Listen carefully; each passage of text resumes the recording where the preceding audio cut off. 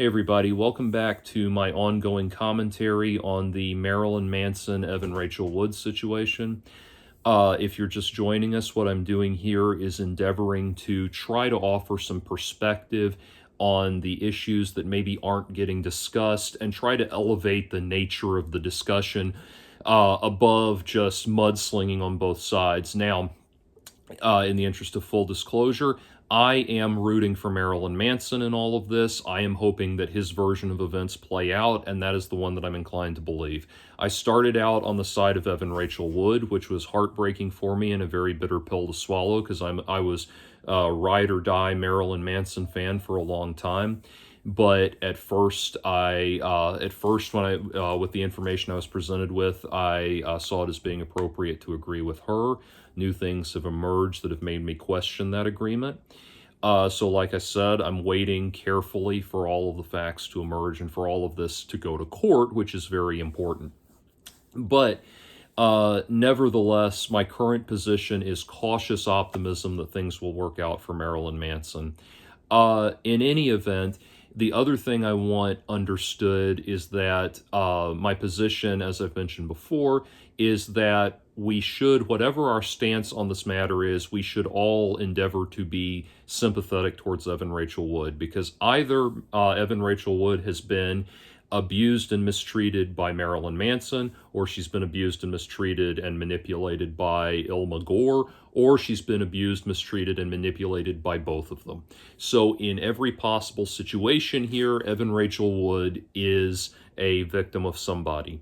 And I say that, I say that because it's important that we as Marilyn Manson fans not give in to the temptation to start hurling insults at Evan Rachel Wood online and that kind of thing for two reasons. One, because quite frankly, that's what the media wants. That's how they want to portray the Marilyn Manson fan base. So it's important that we rise above that.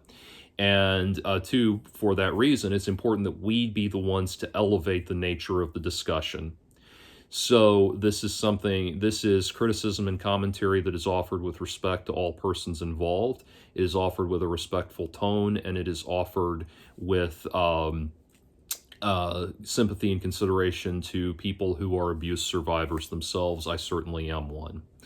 So what I want to talk about today is the statements made by Wes Borland. So Wes Borland is primarily known as being the guitarist for Limp Bizkit. He played in Marilyn Manson's band for several months, and during that time had the opportunity to interact with Manson directly and personally.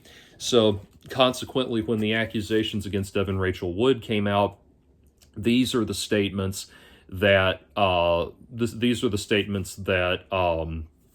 Wes Borland made. So I'm quoting guitar.com. Limp Bizkit guitarist Wes Borland has chimed in on the recent allegations of abuse leveled against Marilyn Manson, stating every single thing that people are saying about him is fucking true. Borland, who played in Manson's band from August 2008 to May 2009, made his comments during an interview with Space Zebra on 2 February. Marilyn Manson, I was in the band for 9 months. He's not a great guy. Every single thing that people have said about him is fucking true, Borland said. So relax with the allegations towards the women. Like when people criticize these women that are coming after him right now, fuck off, they are speaking the truth. He continued, he's amazingly talented, but he's fucked up and needs to be put in check and needs to get sober and needs to come to terms with his demons. He's a bad fucking guy. It goes on to describe Evan Rachel Wood's claims and then says, Borland backed up Wood's claims saying, I was there when he was with Evan Rachel Wood. I was at his house. It's not fucking cool. That's all I'm going to say about it. Sorry to take this to a dark place, but that guy is canceled. Goodbye. Don't let the door hit you on the way out. And so, yeah, so that's all of it. And then it goes on to reiterate Marilyn Manson's denial of the claims. Okay, so I want to take a couple of perspectives on this. First of all, this was one of the initial things that made me strongly be inclined to believe Evan Rachel Wood's story was Wes Borland coming forward. Now, there will always be knee-jerk reactionaries who want to say, oh, so you're saying that you only believed Evan Rachel Wood because a man came forward and... No. no. That's not what I'm saying.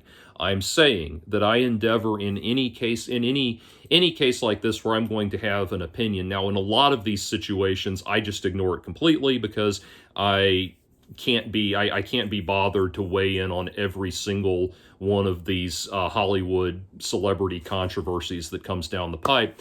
Marilyn Manson simply being the exception because I'm a huge fan. And so anyway, no, in all of these cases where I'm going to have an opinion, I weigh in on the situation with the information I observe the information that is given to me, I study it, and I come to my conclusions. So it's always that I know that doesn't sit well with a lot of people because it's kind of like I think we tend to think in this country, well, if you have this political position or this opinion about whatever, then you have to have this set of opinions, and if you feel this way, you have to have this set of opinions. No, I go one thing at a time. I go one situation at a time. So, for example, I think Amanda Knox was wrongly accused. I think Casey Anthony got away with murder. I'm not going to pick one hardline position automatically by default.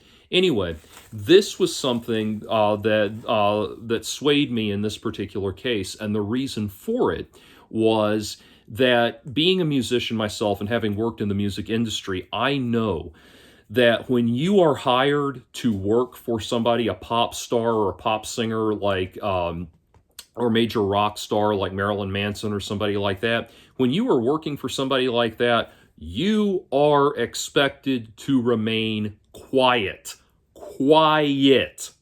about anything you see.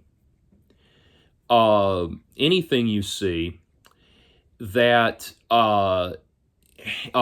that person is doing that is out of line or unacceptable or scandalous or anything like that. You are being paid to be quiet about that. And the reality of the situation, whether you like it or not, is that if you work in somebody's band, if you're hired to play in somebody's band and you go public about their personal lives, you can find yourself largely unemployable or having extraordinary difficulty getting employed as a sideman. So the fact that Wes Borland is willing to come forward and say that and severely jeopardize his own professional standing is significant. And that made me want to, that's one of the things that put me on Team Evan initially. Now, at the same time, Wes Borland is already the guitarist for a major band in his own right, so it's not like he's going to necessarily it's not like his career's necessarily going to be completely flatlined like it would be if someone like, say, Tim Pierce, who's a professional sideman, came forward. That could be very different. But anyway, that is significant. And it's compacted by the fact that I know a small, as I've mentioned, I know, obviously, I have contacts all throughout the music industry, and I have people that are connected to various major people that I know. I do have some connections a small number of connections that are close to Marilyn Manson, close in the sense that they've encountered, interacted with him personally, interacted with him directly, interacted with him personally, that they work in the same orbit as him, that kind of thing. And I want to say, I'm not sitting on any information that could be helpful in one way or the other, but I do know people who have encountered him, worked with him, and gotten a bad impression off of him. And none of those people are willing to give me anything concrete or come far about this current issue. Indeed, I don't think any of them have any information about this current issue, but they have encountered him and have had bad experiences with him. And there are people who have worked with Marilyn Manson who have famously bad experiences with him. Two of them that are two outstanding such persons would be Scott Putesky, who was known in the band as Daisy Berkowitz, and Stephen Byer, who was known in the band as Madonna Wayne Gacy, and then later Pogo. They both, I know, sued Marilyn Manson and won for unpaid royalties, and I know Berkowitz, or Scott Putesky, sued and won to have distribution control over the Spooky Kids era demo releases. as well.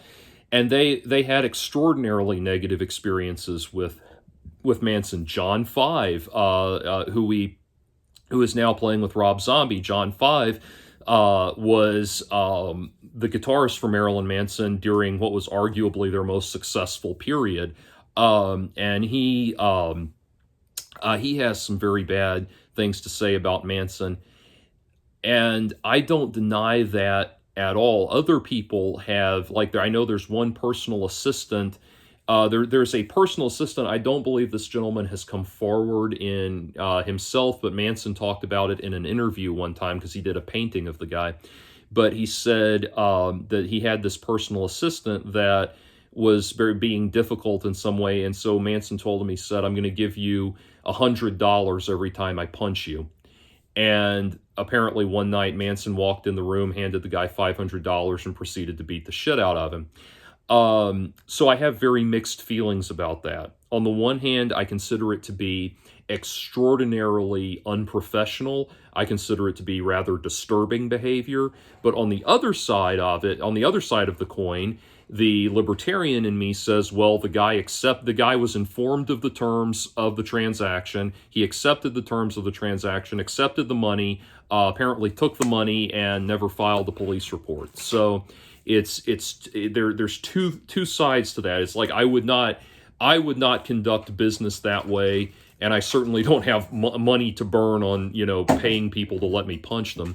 But I would not conduct my business that way, but at the same time, there is an element of personal responsibility and personal consent involved in that. So I have mixed feelings there, but I'm saying I do know people who have had bad experiences with Marilyn Manson. And again, I'm not sitting on anything specific because none of the personal contacts I refer to will say anything specific to me, nor would I be able to go on the record with it if they had. But anyway, so I know people that have had negative experiences with him. I'm not denying that. But that is that lack of professionalism privately, or the discussions of lack of professionalism privately, coupled with what Wes Borland said, was something that initially catalyzed me to being on the side of Team Evan. Now, there's a lot of other things, there are a lot of things that shifted my opinion. One thing that has to be understood is that at the time, I, like everybody else, did not know that Evan Rachel Wood was doing this as part of a documentary she was filming. I did not know that when she posted that tweet, there was a camera crew sitting there capturing her every move as she sent the tweet and had an apparently dramatic reaction to sending it and all of that. I did not know that all of that was going on. I did not know that the deck was being stacked, the publicity deck was being stacked in her favor as all of this was happening. I thought this was an earnest tweet that was made in and of itself, especially because the Phoenix Act had already been adopted in California, so she had already opened the door. She'd already had legislative victories with that. She'd already opened the door for what she wanted to accomplish nationwide, so it didn't seem like she was necessarily gaining anything above and beyond coming clean about who she was referring to. Anyway, bringing it back around to Wes Borland, so him saying, he says it's all fucking true, it's all true. That is a problematic statement because he was not there for the entirety of the Marilyn Manson, Evan Rachel Wood relationship. He was, and certainly was not there in the room with them every time they were interacting together. I believe that he has seen something that was deeply upsetting to him. I'm not negating that at all. I'm not accusing him of lying. I don't think he has anything, like I said, I don't think he has anything to gain by lying. My God, if he were exposed with, if he were lying, if he were acting maliciously, if he were revealed to be acting maliciously, that really could tank his professional standing, or really would tank his professional standing. But I don't think that he has, currently I don't think he has any reason or motivation to act that way. But the problem with what he said is this: very specific allegations have been made against Marilyn Manson. Evan Rachel Wood is not just saying he was a jerk or he was abusive in some vague general sense. She has made very specific claims. So there are questions that Wes Borland should answer. If he's going to say it's all true, there's things he needs to be asked and needs to be able to answer. Things like, is it true that that Marilyn Manson uses the sauna in his house as a place to imprison and torture women that have displeased him? Is that true or false? Or did you observe that, I should say? Did you observe that? Did you observe him forcing Evan Rachel Wood to take drugs and perform other acts against her will? Did you observe these things? If we are to take the side of the claiming party, the ostensibly victimized party in all of this, there is a documented list of things that every person who has had an abusive encounter, every woman who has had an abusive encounter with Marilyn Manson has experienced. That list was compiled and disseminated to people when they agreed to come forward. So, are all of did he observe any of those things? These things are very important. And so what he's done, he's not really in terms of what he's actually accomplished by saying that, this way of saying that he's going to confirm that everything, quote unquote, is true, but not give anything to substantiate it. He's not helped either side. I mean, if he is on the side of Evan Rachel Wood, he has not given her anything that she can use to substantiate her claims. So what I would say needs to happen with Wes Borland, all of this is going to go to court eventually with Marilyn Manson's lawsuit. What I would say is that he needs to be subpoenaed and cross-examined by both sides of this discussion. Now the thing is though, if the only case where he would be called to do that is if he has specific information related to the things that Marilyn Manson is alleging in his lawsuit. So they might not, the judge might not even want to hear from him.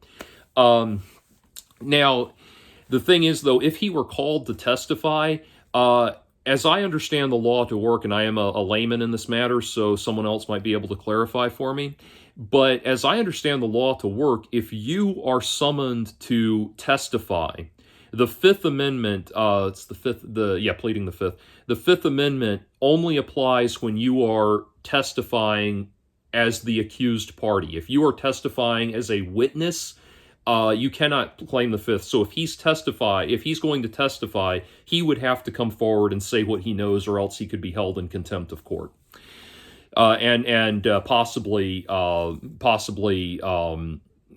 tried and convicted for obstruction, I think, as well, is how that would work. So that's very significant. If he has something that can assist the defense in this case against Marilyn Manson's lawsuit, that's very important. If not, what he amounts to is not a lot more. What he's saying amounts to not a lot more than he said, she said, because there's no way to confirm it. It doesn't substantiate anything that's actually been said.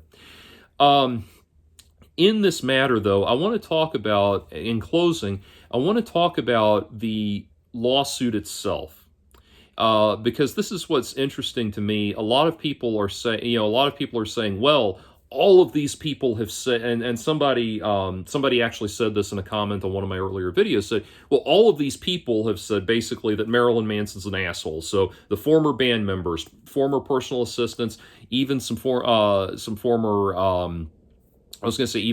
girlfriends, but I'm hesitant on that because the former girlfriends currently fall into one of two camps, which is people that are coming forward and getting on Team Evan Rachel Wood, and people that are coming forward and saying he was never anything but decent to them, or people like Dita Von Teese who have said he never did anything like that to them. He never did anything like what was described to them, that they got out of the relationship because of Dita Von Teese said she got out of the relationship because of infidelity and drug use.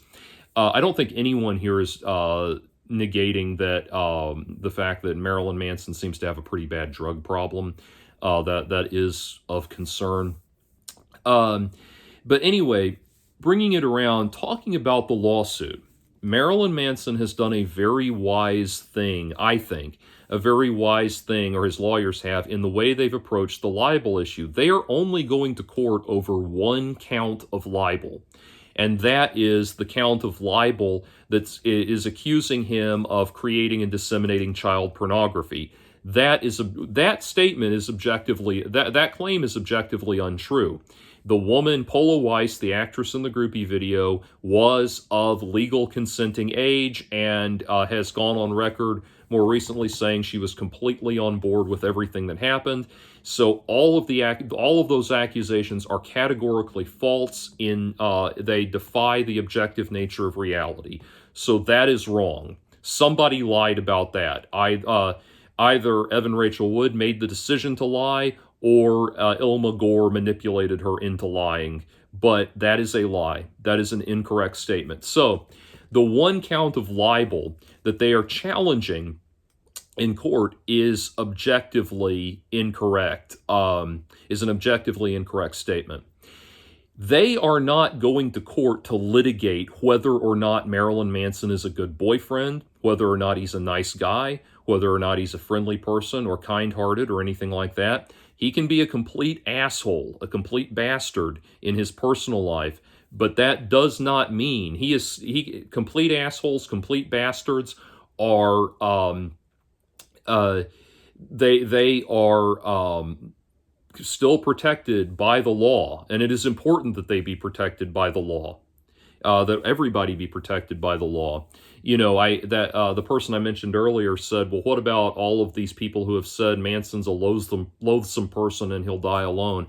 I know a lot of musicians that are loathsome people that will die alone. They don't deserve to have libel published about them. They don't deserve to be slandered. They don't deserve to have false claims made about them. So this is something I will get into in the next video that I do on this topic, but I do take the position that there is an element of truth to what Evan Rachel Wood is saying. I am saying an element, not the entirety of it, but I'm saying there is an element of truth to what has been to her accusations, and I'll talk a little bit about what that is and why it matters in the next video. So I'm trying not to sneeze. I'll talk a little bit about what that is and why it matters in the next video. But suffice it to say, I'm not one of the people who's going to be, I'm not one of the people who feels the need to paint Marilyn Manson as a pristine, perfect person. Like I said, I believe in separating art from the artist. I have no problem admitting when people that I like do things that I don't agree with, verifiably do things I don't agree with.